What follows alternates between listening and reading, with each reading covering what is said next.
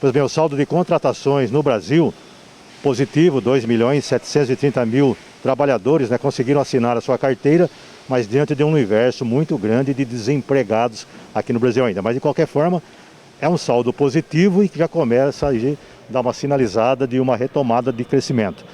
E vamos falar sobre esses números com o nosso consultor de economia, Sérgio de Oliveira. Sérgio, 2.730.000 de pessoas, né, conseguiram emprego, mas é um número positivo mais baixo diante da massa de desempregados, né?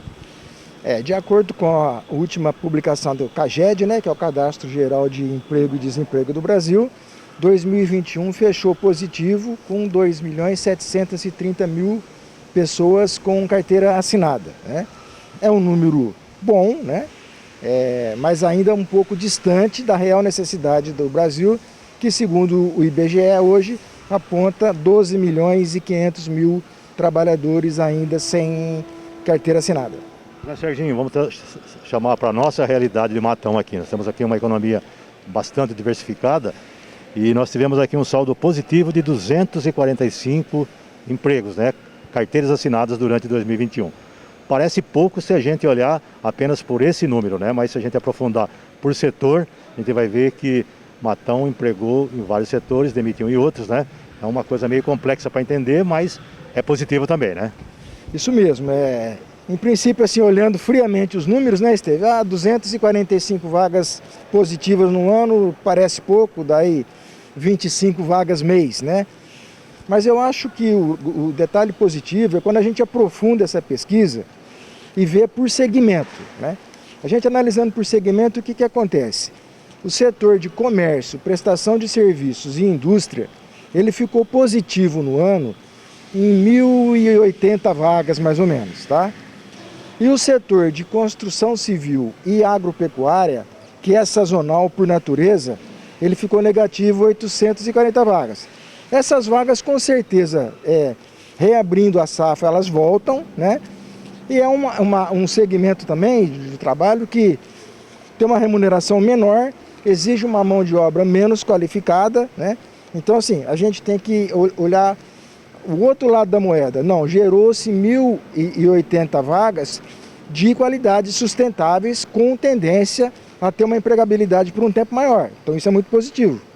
O Serginho estava falando, né, desses números negativos desses dois setores e acho que esses dados do CAGED, eles balizam, né, os empreendedores, os comerciantes, né, a planejar suas ações também, né? Com certeza, né? Segmentar também, né, a atuação. Né? E até assim, né, para efeito de planejamento, né, Esteves, esses números ajudam. Fala assim, ó, terminou o ano com 1.080 pessoas trabalhando nas indústrias, no comércio, que vão gerar gastos, né? Então dá para o comerciante se planejar melhor, ele tem uma visão muito clara, fala assim, a economia em Matão, a gente está saindo do amarelo e indo para o verde, né? Então é uma programação interessante para as pessoas fazerem. Do lado do trabalhador, Esteves, quando você também aprofunda esses números, você vê assim que o grande percentual de contratações, essas pessoas têm no mínimo ensino médio completo. Então fica o recado para a moçada, se preparar, fazer curso profissionalizante, né? Porque cada vez o mercado está mais exigente e se a pessoa quiser um lugar ao sol, ela tem que se preparar para a hora que entregar o currículo, ter material nesse currículo, não ser uma folha A4 simplesmente com nome e filiação. E dá para segmentar também o público consumidor, né? Com certeza. São números que também ajudam a hora de você decidir a sua estratégia, né, de empreendedorismo, né, vendo onde que você vai direcionar o foco para você melhor explorar esse mercado. A pandemia teve alguma influência quando ela estava no auge e agora com a perspectiva de arrefecimento dela?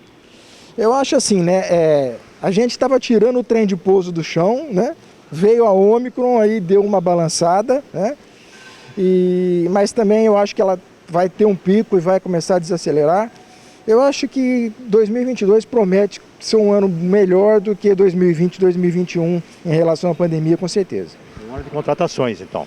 Eu acho que a retomada ela acaba implicando nisso, né? Vai reaquecendo o mercado, tendo mais gente empregada, tem mais gente consumindo, né?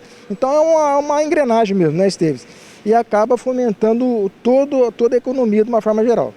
Mas ainda é muito distante, né? Se a gente for pensar de uma forma mais abrangente no Brasil, Ainda há uma massa muito grande de desempregados, né?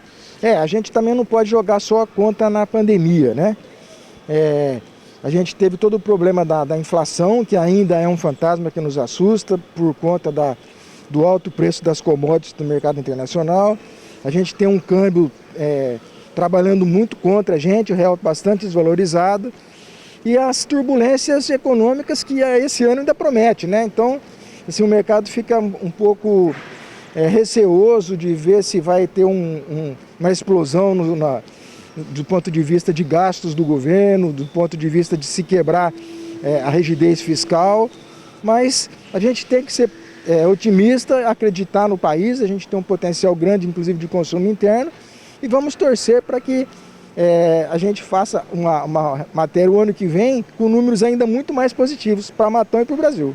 E para ser mais positivo ainda, gerar números positivos de empregos, carteiras assinadas, né? E com uma massa de salários um pouco maior, né? Exatamente, né? Não basta estar tudo muito empregado, muito emprego informal, né? O pessoal fazendo aí, vendendo material no sinal, trabalhando com reciclável. O cenário ideal é o emprego formal mesmo, com as garantias que a pessoa tenha, para que ela possa acionar toda a cadeia econômica do país, né, Esteves? Torcer para que sejam melhores salários, inclusive, né? Com certeza, né? Porque é uma consequência, né? Quanto melhor a remuneração da população, mais consumo vai ter, bom para o comércio, bom para a indústria, bom para todo mundo. A engrenagem ela tem que gerar, né? Mas tem que ser azeitada por políticas e planejamentos, né? Que sejam condizentes com a realidade do momento, né? É uma regra mais ou menos básica, né? Quando pouca gente está ganhando, tem muita gente perdendo, né? Então o ideal é uma distribuição de renda mais justa, né? Para que todo mundo consiga ter uma qualidade de vida boa, para que todo mundo consiga ter consumo, e havendo consumo, capital e trabalho, todo mundo ganha.